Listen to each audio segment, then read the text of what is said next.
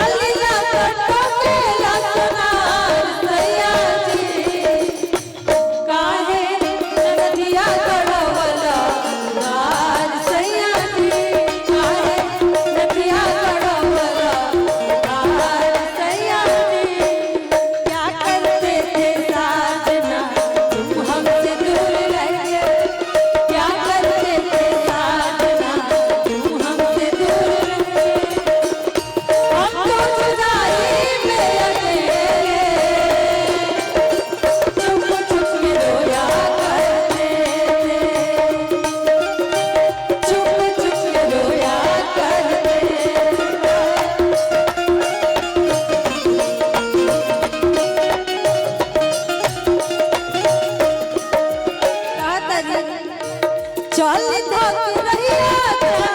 चल धक काली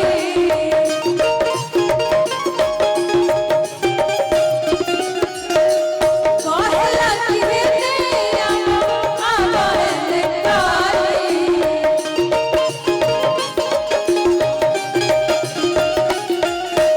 चल धक रहिया चल धक काली कहला कि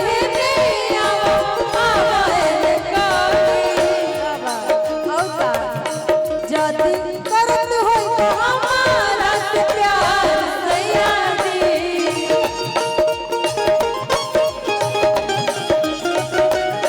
जद करत हो तो हमारा से प्यार सैया जी जाके अजवे चुका दो उधार सैया जी जाके अजवे चुका दो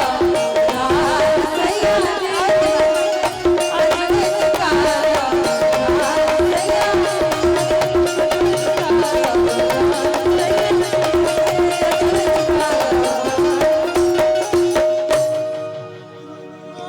देखी जब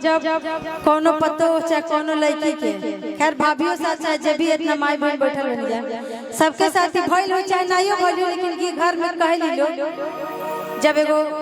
लड़की के पेट में लड़का रहेला त कमर आ माथा पिराई करेला तो जब वो अपना सास से कहत रही कि हमार कमर पिराता